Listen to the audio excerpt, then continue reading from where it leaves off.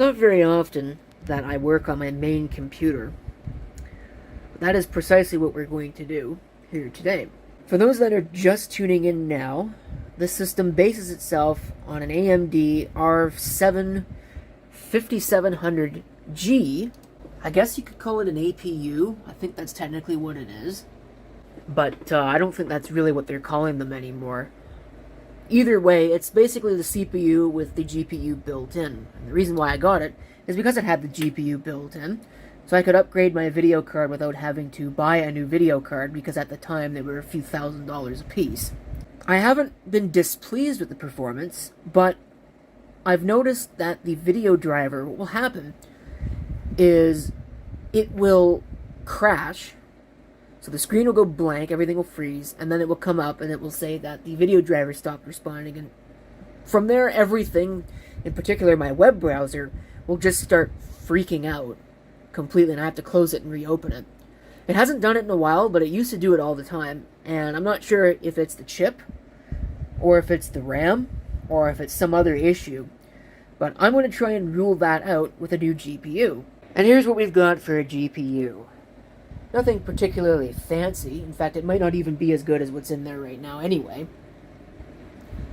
But it was not too expensive. It was more money than I really probably should have sunk into a GPU, but it was not that expensive. And again, it will provide me some future proofing for when I change this over to a new CPU, because the plan is either this year or next year to get a bigger chip that will almost certainly not have the integrated video. You can pause the video if you'd like to read anything that's on this box.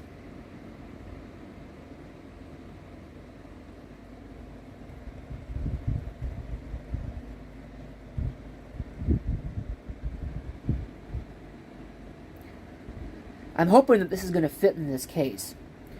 Now, it should, because I actually modified this case for a bigger video card.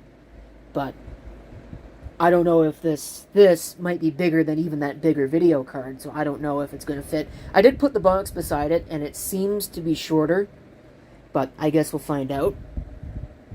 Additionally, I'm hoping that I've got enough power. It does say on this 500 watt or greater, and I know I've got a 600 watt power supply in there, but I'm hoping that I've got the right power connectors. I guess we'll find out. I did do a test render of a video. That's what this is right here. This video is somewhere in the neighborhood of about 12.5 minutes in length, and it took 16.5 minutes to render. So we'll see if we get any improvement out of this new video card, but I gotta clear off this and shut this down. Okay, so a couple of things. I've replaced this fan. I don't know if I mentioned it, but the existing fan had a bad bearing, and I'm probably going to oil it, but I mean, there's no sense in really... If I've got to pull it out, I might as well just replace it with a different fan. So I did that, and I've installed the video card, and I can just about guarantee you that the case cover is probably not going to go back on this. So, well, that's kind of unfortunate. But it is what it is. Now, I'm going to have to change one of my video cables, and I don't know which one it actually happens to be. So, I believe that it's the one that's hooked up to this monitor, because the new video card has two HDMI, whereas the onboard is a DVI and an HDMI. So, I did go ahead and buy the appropriate adapter. At least I came prepared this time, so I can have both of my monitors and it won't be an issue. Alright, let's see if it powers up and everything works.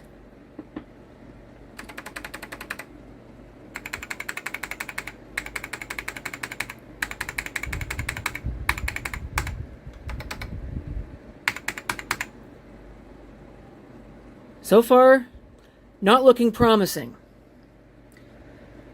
Somehow or another, I am unsurprised. Oh, here we go. It just took it a little while. I also went ahead and took the opportunity to replace the keyboard with this nice Dell AT101W, which I'm hoping is going to work. So we'll go ahead and we'll shut it down. We'll let it start into Windows. Because the next step is that I'm going to have to figure out the driver.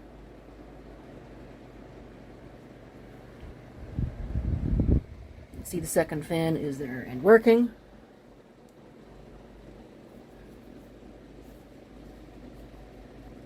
I'm not really sure which one the primary monitor is. I think it's that one over there. Yeah, so I'm going to have to do some reconfiguring on that. Okay, what just happened? Oh, now it reconfigured itself. I guess it did it automatically. Alright, let me push this computer back where it belongs and then we'll get this figured out. Check that out. Power usage is actually extremely low. It is using the new video card, although my monitors are switched. Well, sort of. At least it configured it correctly, but they're not quite correct. Come in here and have a look. This isn't the XT version. Maybe I should have gone for the XT version, I don't know, but you can pause the video if you'd like to read any of that. This kind of intrigues me. I can't remember, but I don't think, and maybe I should actually look into this, but I don't think that the R75700G is PCIe 4.0 compatible. Which kind of sucks, but I mean, it is what it is. So, of course, let's go back to the video editor. Let's actually see if it opens. I know when you change the CPU, it sometimes tends not to actually open, but it looks like it opened just fine. And what I would like to do here is we'll go in to a rendering. This may not work, and the reason why I say that is because this is a really old version of Sony Vegas. I've been using it since like maybe 2011 or so. So OpenCL is available. So at least we got that much going for it. So if we do this, and we try rendering that same video, I don't know, let's just put a number at the end of it. Let's see what happens. Now that the computer's doing work, you can see the power usage has jumped up significantly.